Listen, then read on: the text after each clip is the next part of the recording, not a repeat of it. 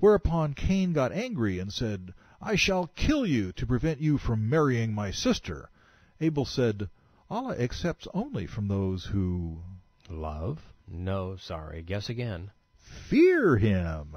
One day Cain came upon him while he was asleep. He lifted a big rock and crushed Abel's head with it. The Islamic perversion continues. Allah sent 2 ravens that were brothers, and they fought with one another. When one killed the other, it dug a hole for it and covered it with soil. When Cain saw that, he said, Woe to me! I am incapable of being like that raven, so as to conceal my brother. Woe to me! Am I incapable of being like that raven, so as to conceal my brother?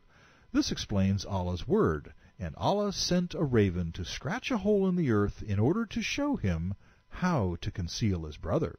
This would become Quran 5:31. Allah's idea of dealing with guilt is to hide the evidence. I want to let you in on a little secret. These fanciful tales didn't come from Allah or even Muhammad's vivid imagination.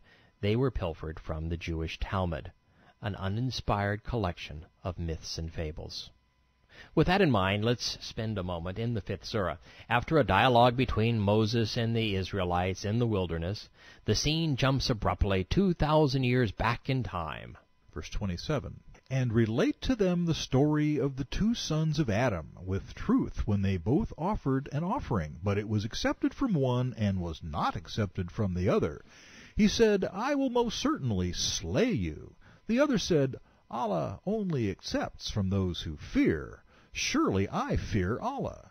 Surely I wish that you should bear the sin committed against me and your own sin, so that you would be one of the inmates of the hell fire, and this is the recompense of the unjust. The hadith we just listened to was designed to give the Quran the context it otherwise lacks.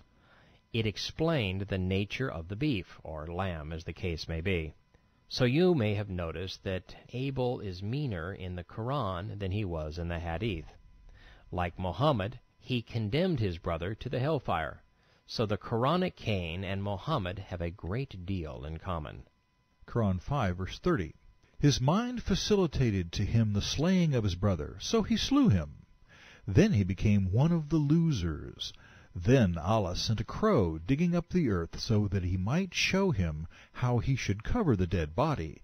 He said, Woe to me! Do I lack the strength that I should be like this crow and cover the body of my brother?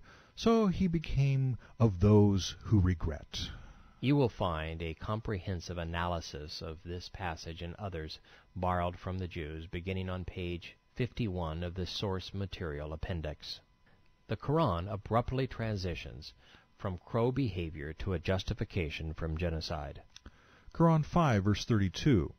For this reason did we prescribe to the children of Israel that whoever slays a soul, unless it be for manslaughter or for mischief in the land, as it is thought he slew all men, our apostles came to them with clear arguments, but even after that many of them certainly act extravagantly in the land. Not only is the causal link unintelligible, the moral lesson is insane. Allah is saying that it's okay to kill Jews if they're causing mischief, such as tormenting the Prophet by scoffing at him. Allah is thus giving Muhammad a carte blanche for mass murder. And he took it. Muhammad slaughtered thousands of Jews in genocidal rage. This chilling verse exposes the real Muhammad. Quran 5, verse 33. The punishment for those who wage war against Allah and His Prophet and strive to make mischief in the land is only this, that they should be murdered or crucified, or their hands and their feet should be cut off on opposite sides, or they should be imprisoned. This shall be as a disgrace for them in this world, and in the hereafter they shall have a grievous punishment. They would like to escape from the hell fire, but they will never succeed, and their suffering shall be eternal. He punishes whom He wills. Stunning, isn't it?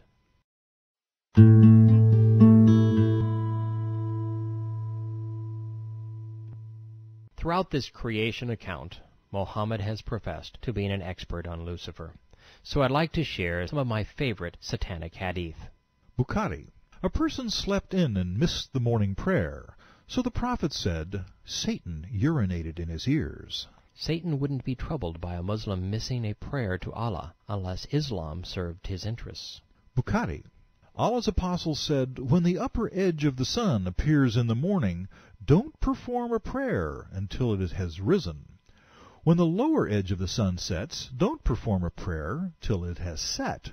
For the sun rises between the two sides of Satan's head. Bukhari.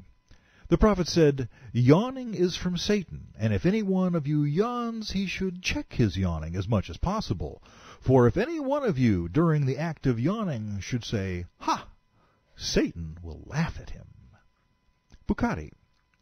Allah's apostle said, a good dream is from Allah, and a bad dream is from Satan. So if any one of you has a bad dream and is afraid, he should spit on his left side, for then it will not harm him. The moral of the story is, sleep on the right side of the bed. Bukhari.